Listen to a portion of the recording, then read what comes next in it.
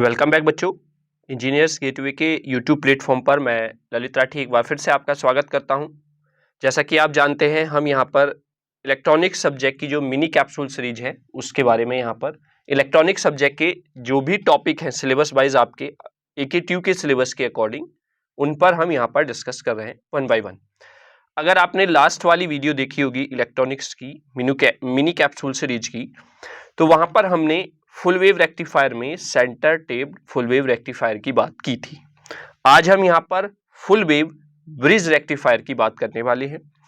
जैसा कि आप यहाँ पर डायग्राम देख रहे होंगे लेफ्ट साइड में, ये आपका फुल वेव रेक्टिफायर का डायग्राम है। यहाँ पर ये आपका ये डायग्राम है, सर्किट डायग्राम जिसको आप बोल देते हैं। इस तरीके से आपको ड्रॉ करना है।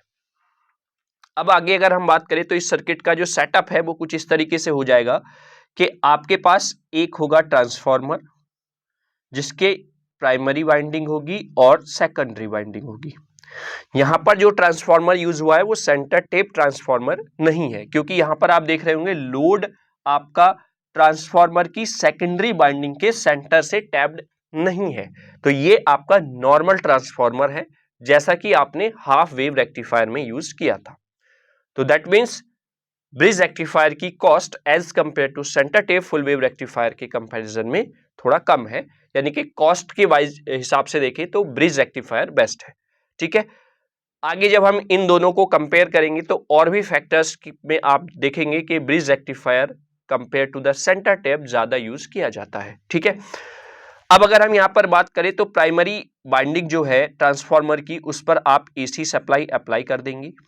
देन वो आपका जाएगा सेकेंडरी वाइंडिंग पर। सेकेंडरी वाइंडिंग पर हमने दो टर्मिनल लिए हुए हैं, टर्मिनल A और टर्मिनल B, जहां पर आपका इनपुट सिग्नल जो आप अप्लाई करेंगे AC की फॉर्म में वो वहां पर पहुंचेगा, यानी कि पॉजिटिव साइकिल पहुंचेगी हाफ और निगेटिव साइकिल हाफ पहुंचेगी। आगे आपका जो कॉम्बिनेशन है डायोड्स का, वो 4 डायोड आपने यूज किए, diode D1, diode D2, diode D3 और डायोड D4।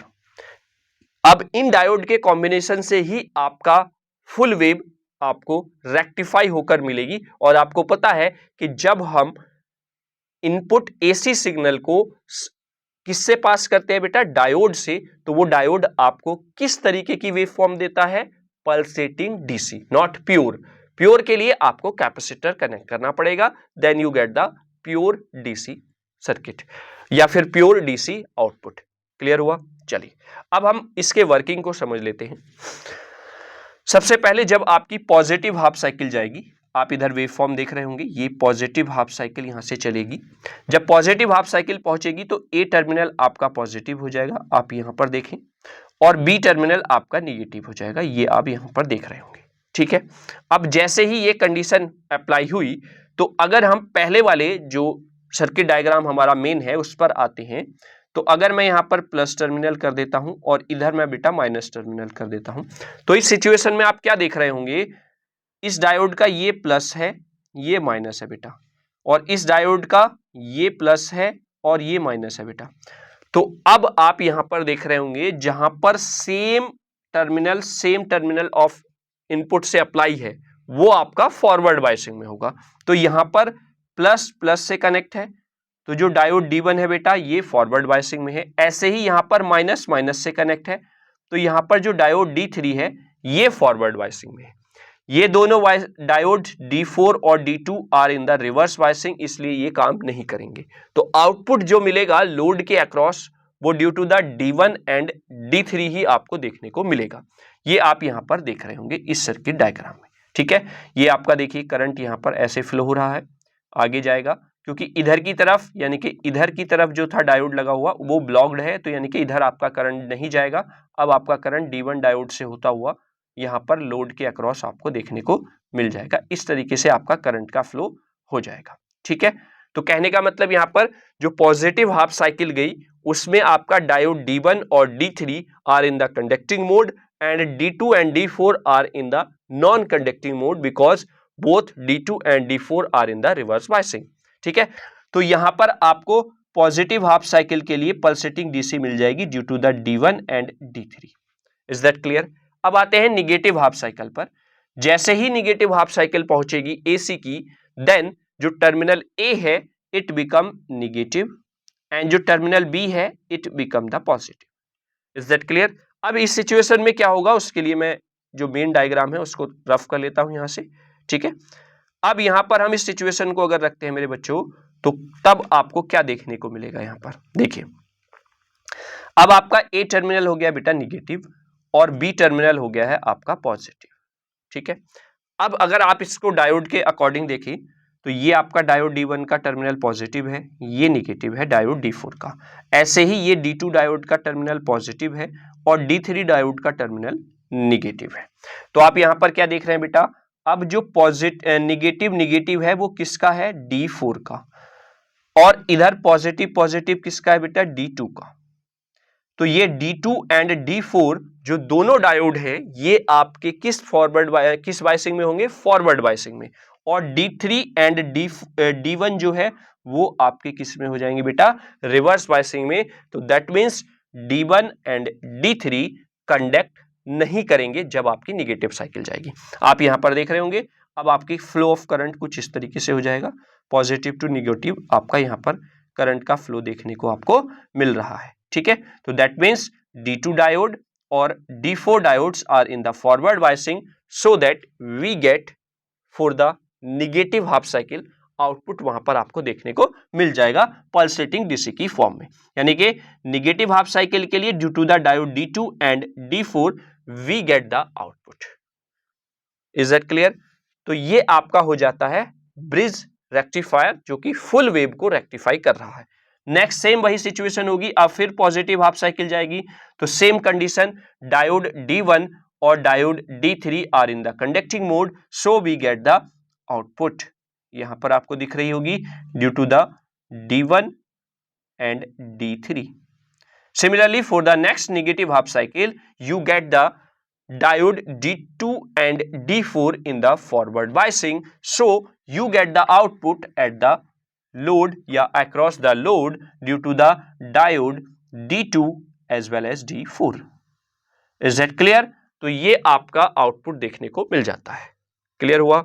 अगर वोल्टेज की बात करें हम तो क्योंकि ये करंट फ्लो हो रहा है तो वोल्टेज आपको पॉजिटिव के लिए भी, निगेटिव के लिए भी, पॉजिटिव के लिए भी, निगेटिव के लिए भी as a across the load resistor देखने को मिल जाएगा, ठीक है। तो ये आपकी जो एसी वेव है फुल वेव रेक्टिफाई हो जाती है ड्यू टू द डायोड्स, और इसको आप नाम बोल देते हैं जब आप इस कॉम्बिनेशन में अपने डायोड्स को कनेक्ट करते हैं, that's called the bridge rectifier. I hope आपको ब्रिज रेक्टिफायर का सर्किट समझ में आ गया होगा। आगे उसकी working step by step clear हुई होगी कि फर्स्ट पॉजिटिव हाफ साइकिल के लिए क्या कंडीशन होगी, सेकंड नेगेटिव हाफ साइकिल के लिए क्या सिचुएशन होगी, then next positive half cycle के लिए क्या सिचुएशन होगी, और नेक्स्ट नेगेटिव हाफ साइकिल के लिए क्या सिचुएशन होगी।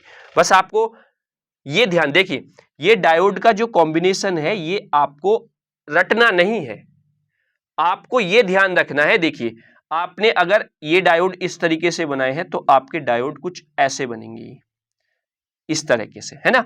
और अगर इधर से बनाया तो इधर से कुछ ऐसे इस तरीके से बनेंगे। अगर आप इसको चेंज करना चाहते हैं तो आप इसको उल्टा कर दीजिए डायोड को। आप अगर देखिए इसको मैं रफ कर लेता हूं यहां से, अगर आप इन डायोड्स की डायरेक्शन को चेंज करना चाहें तो आप वो भी चेंज कर सकते हैं, देयर इज नो प्रॉब्लम। और डायोड के नंबर को D1 D2 D3 कहां पर लिखना है वो भी कोई जरूरी नहीं है, जैसे मैंने बताया ऐसे लिखना जरूरी नहीं है ना। आप इसको, इस डायोड को आप ऐसे भी लगा सकते हैं बेटा, फिर इस डायोड को आपको इंटरचेंज करना पड़ेगा। आप इस डायोड को फिर कैसे लगाएंगे मेरे बेटा, ऐसे, ठीक है। और जब ये चेंज किए हैं तो आपके ये डायोड भी चेंज हो जाएंगे, it becomes looks like that and its use as like that, ठीक है। तो आप ऐसे कर लीजिए, उसमें आपका D1 और D3 जो पॉजिटिव हाफ साइकिल के लिए फॉरवर्ड बायसिंग में हो रहे थे वो अब रिवर्स बायसिंग के लिए हो जाएंगे, है ना। तो ये आपका हो जाता है bridge rectifier full wave. I hope आपको क्लियर हुआ होगा। वीडियो अगर अच्छी लगी है तो ये थंब वाला बटन आप प्रेस कर दें। साथ ही साथ अगर हमारे चैनल पर आप नए हैं तो चैनल को सब्सक्राइब कर लीजिए, क्योंकि यहां पर आपको कोई भी चार्ज नहीं देना है, फ्री ऑफ कॉस्ट। आपको electronic subject, engineering physics, mechanics, environment and ecology, ये 4 सब्जेक्ट फ्री ऑफ कॉस्ट आपको देखने को मिलेंगे। डिटेल वीडियोस के लिए मैं हर वीडियो में आपको बताता हूं कि आपको प्लेलिस्ट में जाकर चेक करना है, यूनिट वाइज, टॉपिक वाइज वहां पर डिटेल में वीडियोस ऑलरेडी अपलोडेड हैं। ये आपका मिनी कैप्सूल है, इसमें हम लगभग 10 से 11 मिनट में अपने टॉपिक को डिस्कस करते हैं।